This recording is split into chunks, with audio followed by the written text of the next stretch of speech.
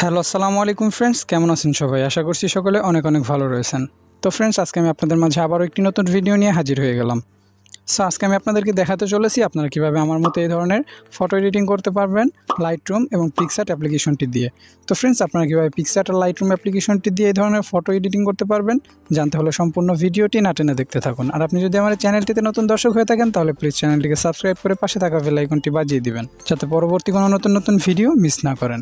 তো ফ্রেন্ডস, এর জন্য আমাদেরকে কী করতে হবে? এর জন্য আমাদেরকে এইভাবে একটি পোজ দিয়ে ফটো ক্লিক করে নিতে হবে, সেটা হোক ক্যামেরা দিয়ে বা মোবাইল দিয়ে একটা ফটো ক্লিক করে নিতে হবে। দেন আমাদের এই ফটোটার ব্যাকগ্রাউন্ডটা রিমুভ করতে হবে। তো ফ্রেন্ডস, এর জন্য আমরা গুগল ক্রোমটি ইউজ করব। সো গুগল ক্রোমে চলে যাব। আমরা গুগল ক্রোমে গিয়ে সার্চ করব রিমুভ বিজি লিখে। সো রিমুভ বিজি লিখে সার্চ করার পর আপনাদের সামনে এমন একটি ওয়েবসাইট শো হবে, আপনারা এখানে একটা ক্লিক করে দিবেন। সো ক্লিক করার পর আপনাদের সামনে এমন একটি ইন্টারফেস হয়ে যাবে। তারপরে আপনারা এখানে আপলোড ইমেজ একটা ক্লিক করে দিবেন। সো আপলোড ইমেজে ক্লিক করার পর এখানে আপনাদের গ্যালারিটা আপনাদের সামনে ওপেন হয়ে যাবে। এখান থেকে আপনারা আপনাদের যে ফটোটি রয়েছে, যেটার ব্যাকগ্রাউন্ডটা চেঞ্জ করতে চাচ্ছেন, সেই ফটোটি আপনারা সিলেক্ট করে দিবেন। তো ফ্রেন্ডস, আমি কিন্তু আমার ফটোটি এখানে সিলেক্ট করে দিয়েছি। এখন কিন্তু অটোমেটিক দেখতে পাবেন আমার এই ফটোটার ব্যাকগ্রাউন্ডটা রিমুভ হয়ে যাবে। তো ফ্রেন্ডস, দেখতে পাচ্ছেন আমার এই ফটোটার ব্যাকগ্রাউন্ডটা কিন্তু অটোমেটিক রিমুভ হয়ে গেছে। তো ফ্রেন্ডস, আপনারা এখান থেকে এভাবে ব্যাকগ্রাউন্ডটা রিমুভ করে নেবেন। সো রিমুভ করার পর এখানে লেখা দেখতে পারবেন ডাউনলোড। এখানে ডাউনলোডে একটা ক্লিক করে দিবেন, তাহলে আপনাদের ফটোটি ডাউনলোড হয়ে গ্যালারিতে চলে যাবে। দেন আমরা আমাদের পিক্সআর্ট অ্যাপ্লিকেশনটি ওপেন করব। সো পিক্সআর্ট অ্যাপ্লিকেশনটি ওপেন হওয়ার পর আমরা এখানে প্লাস আইকন একটা ক্লিক করে দেব। তারপর এখানে অল ফটোসে একটা ক্লিক করে আমাদের একটা ব্যাকগ্রাউন্ড নিয়ে নিতে হবে। এই ব্যাকগ্রাউন্ডটার লিঙ্ক আমার এই ভিডিও ডিসক্রিপশন বক্সে দেওয়া থাকবে, আপনারা সেখান থেকে ক্লিক করে এই ব্যাকগ্রাউন্ডটা ডাউনলোড করে নেবেন। সো আমি ব্যাকগ্রাউন্ডটা এখানে অ্যাড করে দিচ্ছি। তো ফ্রেন্ডস, দেখতে পাচ্ছেন আমি কিন্তু এই ব্যাকগ্রাউন্ডটা এখানে অ্যাড করে দিয়েছি। আপনারা এই ব্যাকগ্রাউন্ডটা আমার এই ভিডিও ডিসক্রিপশন বক্স থেকে ডাউনলোড করে নেবেন। সো ডাউনলোড করার পর আমরা এখান থেকে সাইডে আসবো। সো সাইডে আসার পর আমরা যে ফটোটির ব্যাকগ্রাউন্ডটা রিমুভ করেছিলাম সেই ফটোটা আমাদেরকে এখানে ইনপুট করে দিতে হবে। সো এর জন্য আমরা এখানে অ্যাড ফটোতে একটা ক্লিক করে দিব, তাহলে আমাদের গ্যালারিটা আমাদের সামনে ওপেন হয়ে যাবে। সেখান থেকে আমরা আমাদের ফটোটি নিয়ে নিব। সো দেখতে পাচ্ছেন আমি কিন্তু আমার ব্যাকগ্রাউন্ড রিমুভ করা ফটোটি এখানে নিয়ে নিয়েছি। সো এখন আমরা এখানে অ্যাডজাস্টমেন্ট করে বসিয়ে দেব। সো ভালো করে এখানে অ্যাডজাস্টমেন্ট করে আপনারা বসিয়ে দিবেন। সো দেখতে পাচ্ছেন আমি কিন্তু এখানে এটাকে অ্যাডজাস্টমেন্ট করে বসিয়ে নিয়েছি। তো ফ্রেন্ডস, এখন আমরা এই ফটোটার উপর একটা ক্লিক করব, তারপর এখান থেকে সাইড আসবো, তারপর শ্যাডোতে একটা ক্লিক করব। সো শ্যাডোতে ক্লিক করার পর আপনারা এখান থেকে শ্যাডোটাকে কাস্টমাইজ করে নেবেন আপনাদের ফটো অনুযায়ী। এখান থেকে আপনারা শ্যাডো দিয়ে দিবেন। সো আমি এখান থেকে শ্যাডোটা দিয়ে দিচ্ছি।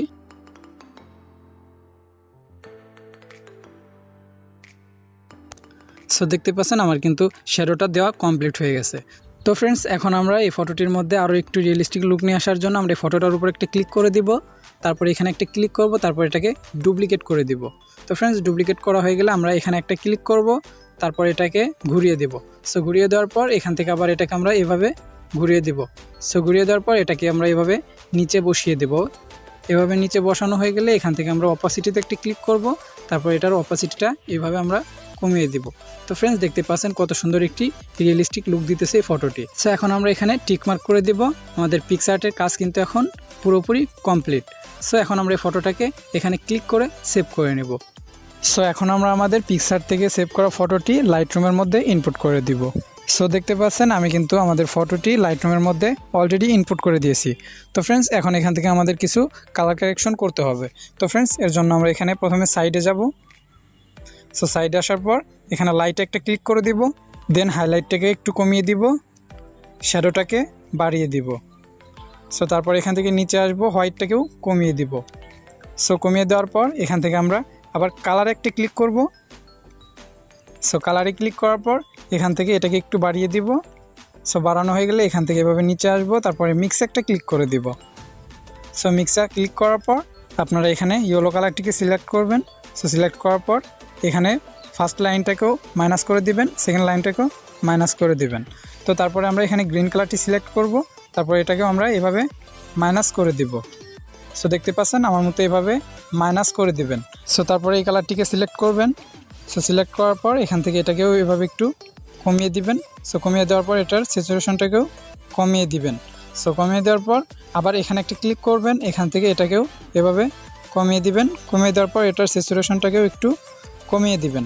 সো কমিয়ে দেওয়ার পর এখানে ডানে ক্লিক করে দিবেন। সো তারপরে আমরা এখানে একটা ক্লিক করে দিব। দেন আমরা এখান থেকে এটাকে টেনে এভাবে নিচে নিয়ে আসব। তারপরে আমরা এখান থেকে নিচে আসব। সো নিচে আসার পর এটাকে এভাবে আমরা একটু বাড়িয়ে দিব। সো বাড়িয়ে দেওয়ার পর এটাকে আমরা একটু কমিয়ে দিব, এভাবে হালকা একটু কমিয়ে দিব। সো কমিয়ে দেওয়ার পর এটাকে আমরা হালকা একটু বাড়িয়ে দিব।